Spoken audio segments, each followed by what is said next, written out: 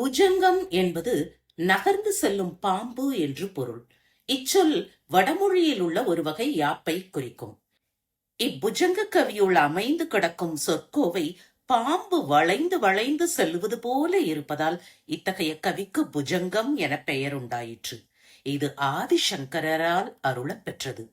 ஆதிசங்கரின் கல்வி, தவம், யோகம் முதலியவற்றின் மேன்மையைக் கண்டு பொறாமை அடைந்த அபினவகுப்தர் என்ற ஒரு புலவர் மந்திர ஏவலால் ஆதிசங்கரர் காசநோயால் துன்புறச் செய்தார். இந்நோயால் இவர் தாங்க முடியாதவாறு துடித்து தவித்தார்.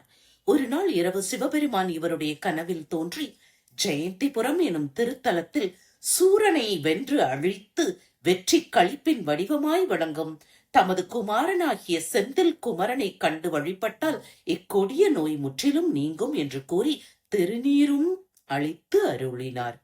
சங்கரர் தமது யோக சக்தியால் மறுநாள் விடியலில் திருச்செந்தூர் என வழங்கப்பெறும் ஜெயந்திபுரத்தை அடைந்தார். அங்கு ஆதிசேஷன் என்னும் பாம்பு திரு செந்தில்நாதன் திருவடிகளில் வழிபாடு செய்வதை கண்ணுற்றார். உடனே பாம்பு என்னும் பொருளை தரும் புஜங்கம் என்னும் பெயரை கொண்ட புதுவகை யாப்பில் வடமொழியில் 33 கவிகள் கொண்ட திரு பாமாலை படைத்து திருச்செந்திலதிபன் திருவடிக்கு சூட்டினார்.